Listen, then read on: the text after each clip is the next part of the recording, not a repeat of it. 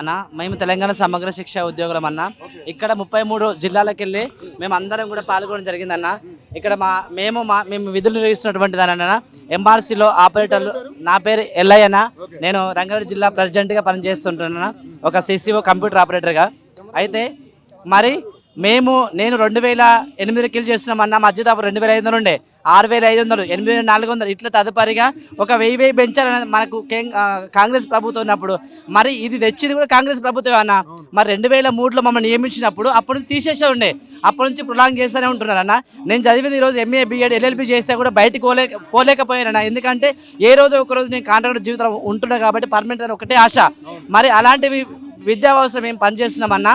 మరి మమ్మల్ని రెగ్యులరైజ్ చేస్తామని ఒకటి ఏంటంటే అన్న, మేము 10 ఏళ్ళు మేము తెలంగాణ గవర్నమెంట్లో పనిచేసినప్పుడు చూసాము, చేస్తాడేమో కేసీఆర్ అందరి బ్రతుకులు బాగుపరచా అనుకున్నాం.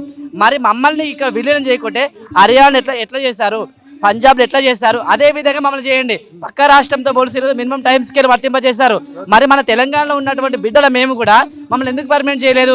తర్వాత వరంగల్ అసెంబ్లీలో మాకు రేవంత్ రెడ్డి అనే గారు వచ్చి మాట్లాడుతున్నారు. ఏం చెప్పారంటే, మీరు గంట ఎక్స్ట్రా వర్క్ చేయండి, ధర్నాలు చేయొద్దు అని చెప్పిండు.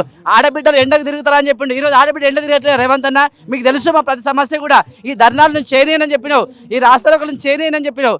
అలాంటప్పుడు ఈ ధర్నాలు మీకు సమర్పకం కాదన్నా.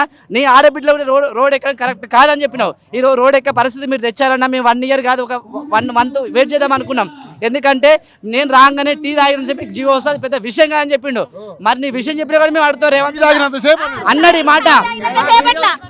మా కాంగ్రెస్ గవర్నమెంట్ వస్తే చాయ్ తాగినంత సేపట్లో మిమ్మల్ని రెగ్యులర్ చేయొచ్చు, ఆ జీవో తేవడం పెద్ద పని కాదు అని అన్నారు.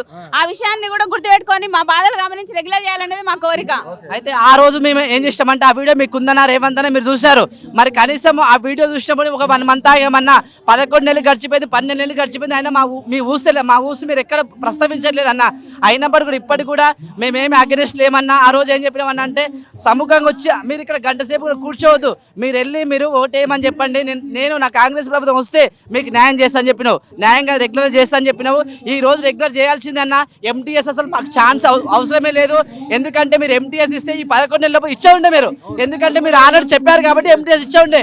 ఇప్పుడు MTS కాదు రేవంత్ అన్న. ఇప్పుడు మొన్న DS వేసావు, త్వరలో నియమించావన్నా.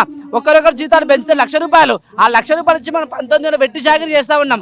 అలాంటి మమ్మల్ని ఈరోజు మీరు రోడ్ ఎక్కించే పరిస్థితి చేయకూడదన్నా. ఈరోజు మేము మరి రాజ్య విద్యా మిషన్లో పనిచేసాం. ఇవి మారుతూ ఉన్నాయి. రాజ్య విద్యా మిషన్, సమగ్ర శిక్ష ఇలా మారుతా పోతున్నాయి, కానీ మా జీవితాలు మారట్లేదన్నా.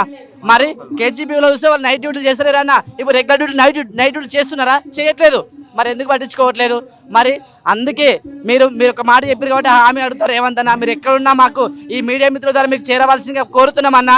నీ ఆడబిడ్డలను గుర్తుపెట్టుకోండి, ఇక్కడ మా సమగ్ర శిక్ష ఉద్యోగం గుర్తుపెట్టుకోండి అన్న. మమ్మల్ని రెగ్యులర్ 22,000 కుటుంబాలు ఉన్నాయన్న. నీ దృష్టిలో మరి మా కుటుంబాలు కూడా మీ చేతులు జోడిస్తున్నామన్నా. మమ్మల్ని అన్యాయం చేయకండి, మీరు ఇచ్చిన మాట నిలబెట్టుకోండి. నిజంగా రేవంత్ అన్న మళ్ళీ 5 ఏళ్ళు కూడా మీరే పరిపాలిస్తారన్నా. జై రేవంత్ అన్న. రేవంత్ అన్న మాకు సాయం చేస్తారని మిమ్మల్ని కోరుకుంటున్నామన్నా. ఖచ్చితంగా అన్న మా 22,000 కుటుంబాలు సమ్మెకు దిగుతాయన్నా. ఉంటే ప్రాణాలు పోతాయి, లేకపోతే లేదన్నా.